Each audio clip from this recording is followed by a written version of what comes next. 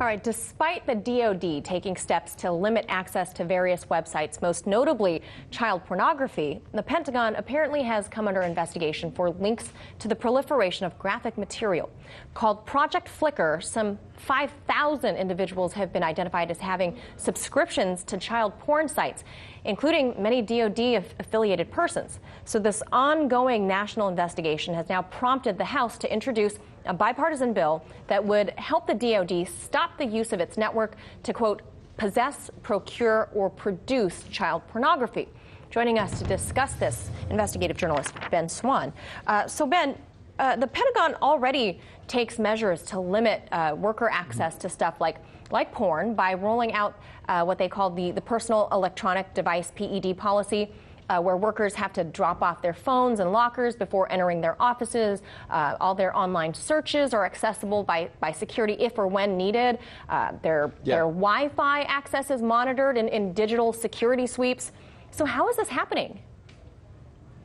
Well, it's happening because even though there is a certain amount of limitation on access, those who are working in the Department of Defense, clearly it appears to be thousands of individuals in the Department of Defense, are finding ways around this, specifically by using the Department of Defense IP addresses and also apparently peer-to-peer sharing within the department's network. So this study that was done on this issue, and it is pretty horrifying, Manila, to consider this.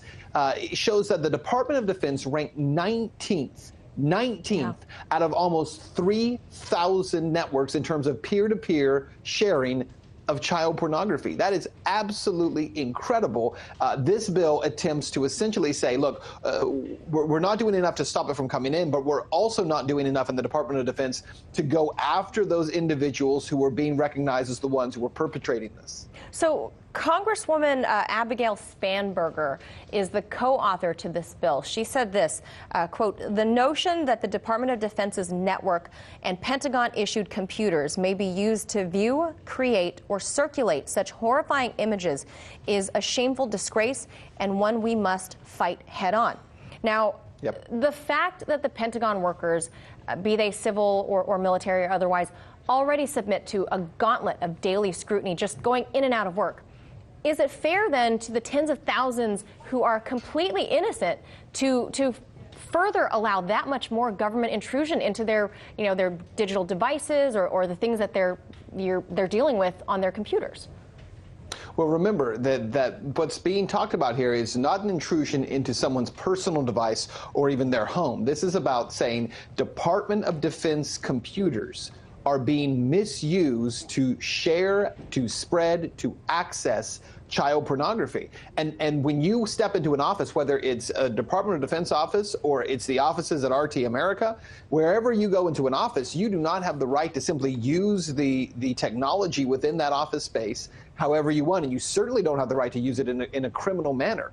So essentially this bill is trying to do, again, two things. It's trying to limit that and crack down on the misuse of those computer systems, but it also is going after those individuals. One of the things that this bill attempts to do, and there's a Senate version of it put together by Republican Senator Lisa Murkowski from Alaska, but essentially what these two bills are trying to do is say, look, the Department of Defense does not have an adequate way of responding to this, of tracking down and investigating who as an individual is misusing these computers, who is sharing these pornographic images of children, who is sending them to whom. And so one of the things it does is the bill actually opens up civilian law enforcement to come in and to work with the Pentagon and with the DoD to actually investigate and to track down who is misusing, again, these computers for this purpose. So the bill, it's about more than just stopping it. It's about going after those who have been perpetrating it, who so far aren't being gone after. Now, Ben, you and I, obviously, we're both parents here, and this is something that is terrifying, I think, to anybody that is a parent. What about the bigger... Infuriating. I mean, it's disgusting and maddening. The bigger picture here, Ben, how do we, the people, crack down on this? It's a disgusting crime.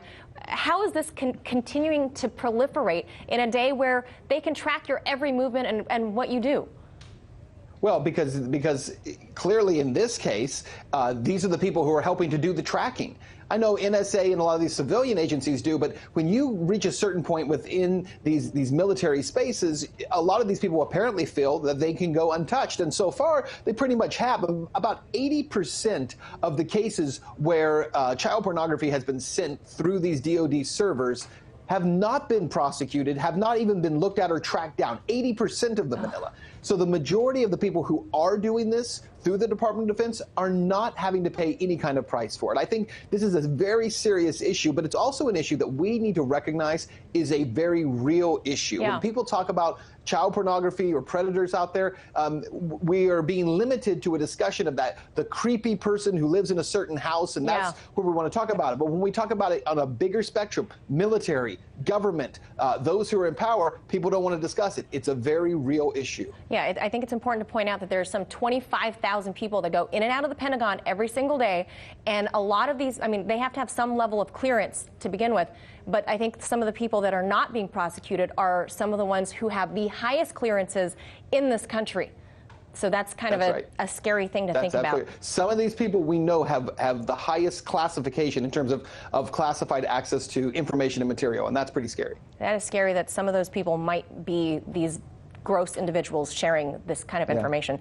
All right, Ben Swan, as always, appreciate your take on this. Thank you. Hey YouTube, thanks for checking out our channel. We hope you enjoyed the video. We have tons of content for you just like this. For more of RT America's one-of-a-kind news and analysis, be sure to subscribe and never stop questioning more.